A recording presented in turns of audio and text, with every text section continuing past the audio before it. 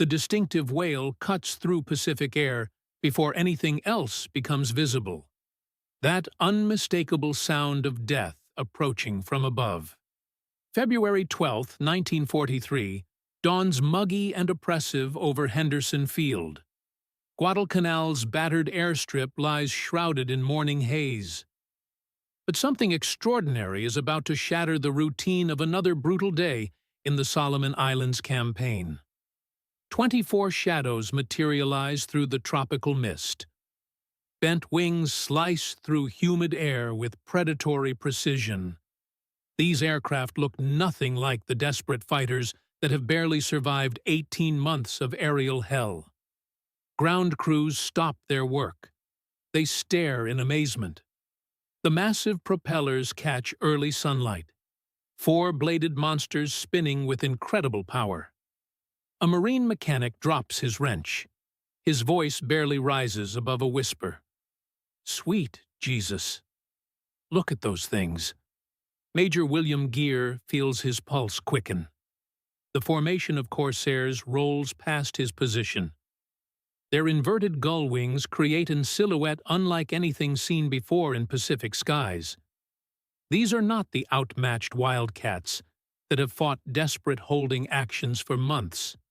These represent something entirely different. Something that might finally change the mathematics of survival. For a year and a half, Zero pilots have treated American fighters like training targets. Japanese aces have turned aerial combat into personal art forms. They appear without warning, strike with lethal precision, vanish like phantoms. Every American pilot speaks their names with grudging respect. Nishizawa, Sakai, men who have made careers destroying everything the United States could send against them. 300 miles northwest, dawn breaks over the Japanese fortress of Rabaul. Zero pilots perform their morning rituals. Veterans with kill tallies that read like phone numbers. Men who have never faced a true technological equal. They climb into cockpits with absolute confidence.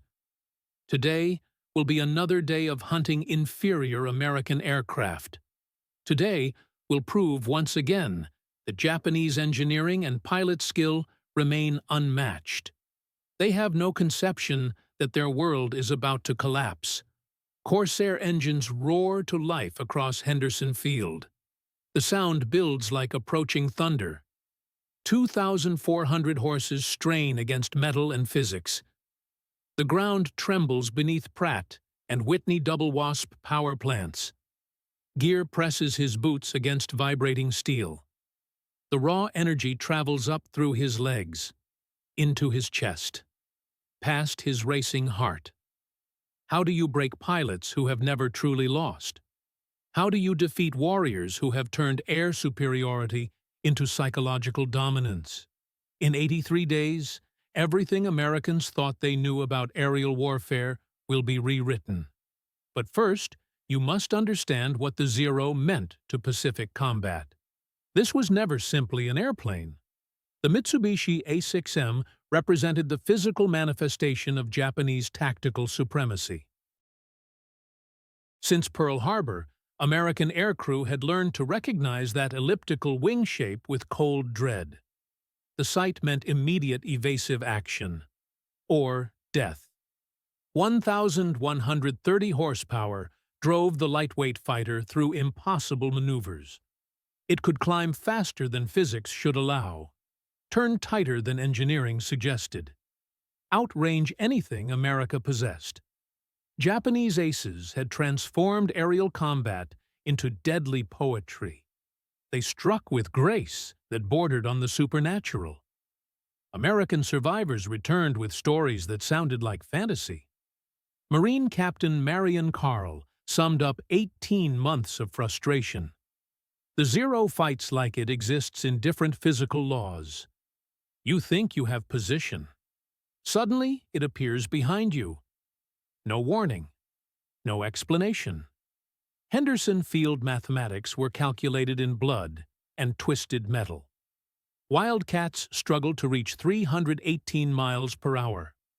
Zeros cruised past them at nearly 400. In climbing fights, Japanese fighters gained 3,090 feet per minute, while American aircraft clawed skyward at barely 2,000. When Zeros dove from altitude, American pilots faced binary choices: run immediately or prepare to die.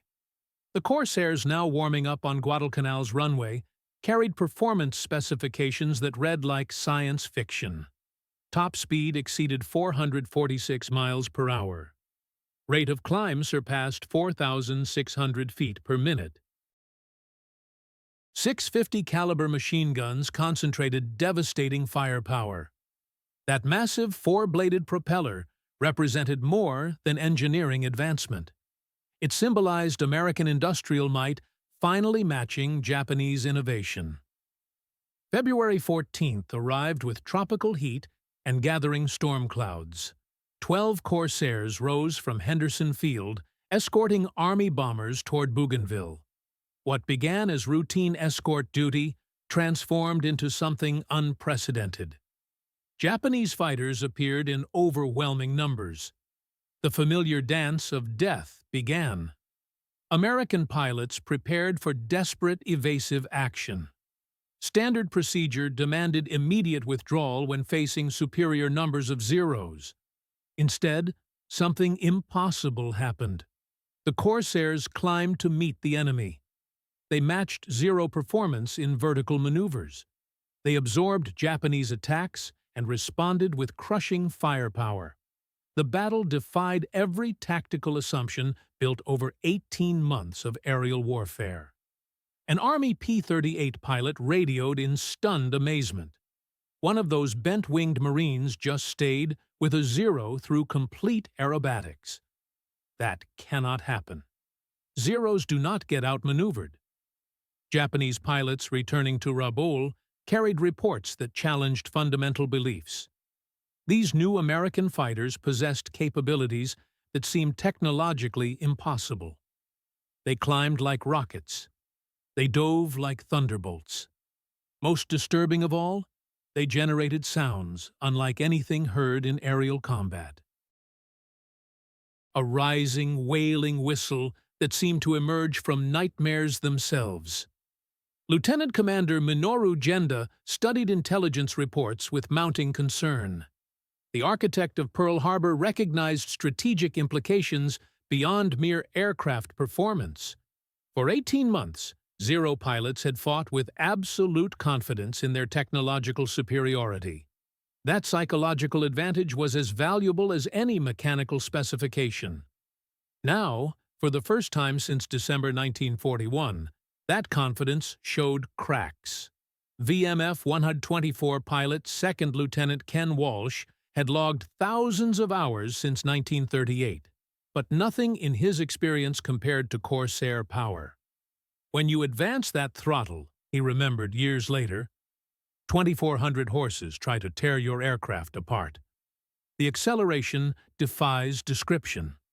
By March, Walsh and his squadron developed revolutionary tactics. No more defensive flying. No more retreating from Japanese formations. Corsairs would climb above enemies, dive with devastating velocity, strike with overwhelming force before anyone could react. For 18 months, Japanese pilots had taught Americans to fear the sound of approaching Zeros.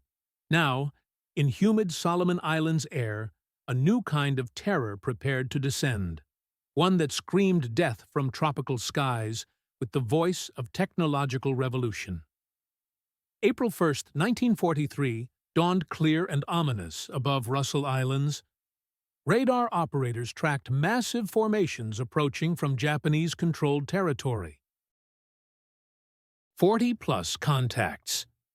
Bombers protected by the elite of naval aviation. Veterans who had dominated Pacific airspace for 18 brutal months. Ken Walsh adjusted his oxygen mask and peered through bulletproof glass. At 26, the former enlisted man possessed the weathered confidence of a career fighter pilot. But this morning felt different. This morning, Americans would not run. His radio crackled with controlled excitement. Tally-ho. 6 zeros, 11 o'clock high. VMF 1924 spotted enemy formations 3,000 feet above their position. Traditional tactics demanded immediate withdrawal. Zeros owned high-altitude engagements. Walsh slammed his throttle forward. The massive double Wasp engine responded with power that vibrated through his entire frame. Around him, 11 other Corsairs surged upward at over 4,000 feet per minute. Their inverted gull wings cut through tropical atmosphere with lethal grace. Japanese pilots reacted with textbook precision. Zero formations split into defensive elements. They prepared for turning engagements where superior maneuverability had destroyed countless American fighters. Something went catastrophically wrong with their calculations. Corsairs refused to slow down. They declined turning combat. They continued climbing, matching zero altitude gains and surpassing them. Petty Officer Tetsuo Iwamoto stared in disbelief at the bent-winged fighters rising to meet his formation. In 18 months of combat, no American aircraft had ever outclimbed a zero. Physical laws seemed to be rewriting themselves. Walsh reached zero altitude with airspeed intact. For the first time in Pacific War history, an American pilot looked down at Japanese fighters from tactical superiority. The psychological impact struck like lightning. "This is it," he whispered into his throat microphone. "Time to demonstrate American engineering superiority." Corsairs rolled into attack like diving hawks. Walsh selected his first target, a zero pulling into climbing turns. Its pilot remained confident in legendary aircraft agility. But Walsh was not turning. He dove with accumulated energy of superior altitude and crushing speed. His airspeed indicator climbed past 400 miles per hour. Then 420. Then 440. Wind screaming over the fighter's unique wing configuration created sounds unlike anything heard in aerial warfare. A rising, high-pitched wail that announced death from above. Ground forces would later christen it Whistling Death. Walsh's 650 caliber machine guns erupted in perfect convergence. The Zero, caught in climbing turns with no energy for evasive maneuvers, disintegrated under armor-piercing impacts. One moment it was graceful fighter aircraft. The next, it became burning debris tumbling toward ocean surface. Walsh was far from finished. Corsair speed carried him through Japanese formations like a thunderbolt. He pulled up into climbing turns that should have been impossible at such velocity. He spotted his second target, another Zero attempting escape in a dive. The Japanese pilot pushed his aircraft to maximum performance, confident that no American fighter could match Zero diving speed. His confidence proved fatally misplaced. Walsh's Corsair gained on the fleeing fighter like a shark pursuing goldfish. Japanese aircraft topped out at 400 miles per hour. The Corsair continued accelerating through 430. The gap closed with mathematical certainty. The second Zero exploded in flames. Around them, the engagement had become systematic destruction. Corsairs tore through Japanese formations with complete impunity. Their speed and climb rate negated every tactical advantage Zeros had once possessed. Japanese pilots, who had spent months perfecting aerial combat artistry, suddenly found themselves outmatched by pure technological dominance. Lieutenant Iwamoto desperately attempted to engage a Corsair in turning combat where Zeros excelled. The American pilot refused cooperation. Instead of turning, he climbed vertically, something no American fighter had ever accomplished in combat conditions. The Corsair clawed skyward at over 4,000 feet per minute, while Iwamoto's Zero struggled to match 3,000. "Impossible," he breathed, watching the fighter disappear into sun glare above. "This cannot be occurring." Walsh spotted his third victim, a Zero diving toward friendly bombers below. This time, he felt no hesitation. Rolling inverted, he pulled the Corsair into a screaming dive that accumulated velocity like an avalanche. The fighter's unique whistle rose to a shriek audible for miles. The Zero pilot saw death approaching, but realized with growing horror that escape was mathematically impossible. The American fighter possessed too much speed, too much power, too much technological advancement. Walsh's guns spoke for the third time in less than 5 minutes. The Zero disintegrated like tissue paper. Its lightweight construction proved no match for concentrated .50 caliber firepower. When combat ended, 12 Corsairs had destroyed 20 Japanese aircraft without suffering a single loss. For the first time in Pacific War history, American fighters had achieved decisive air superiority over the legendary Zero. As formations separated, Japanese pilots carried stunning intelligence back to Rabaul. Americans possessed a new fighter. It climbed better than Zeros. It dove faster than Zeros. Most terrifying of all, it generated sounds that froze human blood. Second Lieutenant Ken Walsh had become an ace fighter pilot. More importantly, he had shattered myths of Japanese invincibility. Psychological warfare that began at Pearl Harbor was finally being reversed. Zero dominance had ended. The era of whistling death had begun. Statistics revealed part of the story. 11-to-1 kill ratios. 2,140 Japanese aircraft destroyed. Only 189 Corsairs lost to enemy action. But numbers could not capture what truly changed in Pacific skies after April 1943. Ken Walsh would conclude the war as Medal of Honor recipient with 21 confirmed victories. However, on that April morning above Russell Islands, he accomplished something more significant than personal achievement.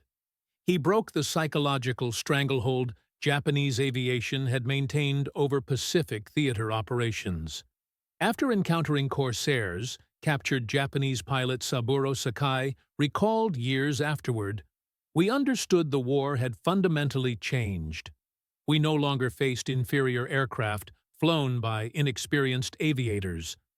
We confronted machines that could outperform our finest fighters, operated by men who had mastered their technological advantages with lethal precision." The sound became integral to the terror. Japanese ground forces throughout Solomon Islands later described psychological impacts of hearing Corsairs approaching. That distinctive whistle rising to shrieks as bent-winged fighters dove into attack runs. Radio intercepts revealed Japanese pilots warning each other about aircraft that screamed. Ground commanders reported their troops breaking formation and fleeing at first sounds of approaching Corsairs. By August 1943, Major Gregory Boyington's VMF 214 Black Sheep would push Corsair tactics to logical extremes. Flying from advanced bases, they taunted Japanese pilots over radio frequencies. They challenged enemies to climb up and engage in combat. When Zeros rose to meet these challenges, they discovered American fighters that could match them at every altitude. Aircraft that exceeded them in speed, firepower, and pilot aggression. The revolution that began with VMF 124's arrival at Henderson Field created ripple effects across the entire Pacific War. Aircraft carriers that had been forced to operate hundreds of miles from Japanese airspace could now approach with confidence. Their Corsair escorts could handle any opposition. Ground forces advancing across central Pacific islands found themselves protected by fighters that could deliver devastating close air support without fear of Japanese interception. Perhaps the most profound impact remained psychological. For 18 months, Zero pilots had fought with absolute confidence in equipment superiority. That confidence, built upon genuine technological advantages, had translated into tactical dominance and strategic initiative. Corsairs reversed that equation in 83 days of combat. American pilots transitioned from fighting defensive battles to actively seeking Japanese formations. They possessed confidence that aircraft performance would overcome any numerical disadvantages. Today, as military planners examine hypersonic weapons, stealth technologies, and artificial intelligence applications, Corsair lessons remain critically relevant. Technological breakthroughs do not merely alter tactics. They reshape the complete psychology of warfare. Sometimes the difference between victory and defeat depends upon which side can climb faster, strike harder, and inspire greater fear in enemies. In 1943, that side flew bent-winged fighters that screamed death across Pacific battlefields. The morning that began with mist clinging to Henderson Field had ended with American air superiority restored. The sound of Corsair engines would become the soundtrack of Japanese defeat. Their distinctive whistle would echo across Pacific waters as the tide of war turned decisively. From Guadalcanal to the Philippines, from the Marshall Islands to Okinawa, that unmistakable wail would announce American technological supremacy. The age of zero dominance had lasted 18 months. The era of whistling death would continue until Japanese surrender.